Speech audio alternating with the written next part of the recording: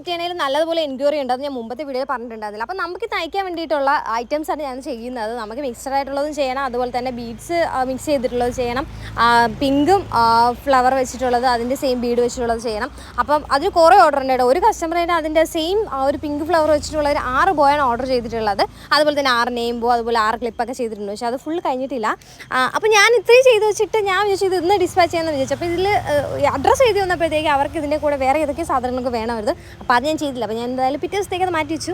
പിന്നെ കുറേ ചെയ്ത് കഴിഞ്ഞാൽ ഇന്നലെ ഡിസ്പാച്ച് ചെയ്തത്. ഇത് മിക്സ്ഡ് ആയിട്ടുള്ള ഫ്ലവർ വെച്ചിട്ടുള്ളത്. ഇതാകുമ്പോൾ നമുക്ക് ഏത് ഡ്രസ്സിനോട് മാച്ചാവും. പിന്നെ ഇതെന്ന് പറഞ്ഞാൽ ഗോൾഡും റെഡും ബീഡ് വരുന്നത്. പിന്നെ ഇത് ഭയങ്കര നല്ല ഭംഗിയായിരുന്നു കേട്ടോ. ഇതെന്ന് പറയുമ്പോൾ ഈ ഒരു പിങ്ക് ഫ്ലവറും ഈ ഒരു പിങ്ക് ബീഡും വെച്ചിട്ടുള്ള നല്ലതുപോലെ എൻക്വയറി അതിന് വരുന്നുണ്ട്.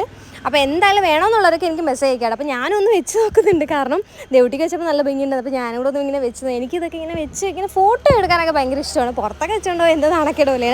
നമുക്ക് ഷൂട്ട് എന്തെങ്കിലും ആണെങ്കിൽ ഇങ്ങനെയൊക്കെ വെച്ച് സെറ്റ് ആക്കാമായിരുന്നു.